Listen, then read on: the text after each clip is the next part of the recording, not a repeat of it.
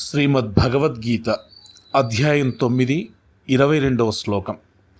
అనన్యాంశ్చింతయంతో మాం ఏ జనాః పర్యుపాసతే తేషాం నిత్యాభియుక్తానాం యోగక్షేమం వహామ్యహం. ఎల్లప్పుడూ నన్నే స్మరిస్తూ మరియు నాయందు అనన్యభక్తితో నిమగ్నమై ఉంటారో అలా నాయందే ఎల్లప్పుడూ మనస్సు నిలిపిన వారికి లేనిది ఏదో అది సమకూర్చి పెడతాను మరియు ఉన్నదాన్ని సంరక్షిస్తాను.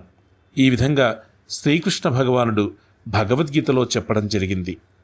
ప్రతిరోజు గీతలోని ఒక్క శ్లోకాన్ని మనం పారాయణం చేద్దాం.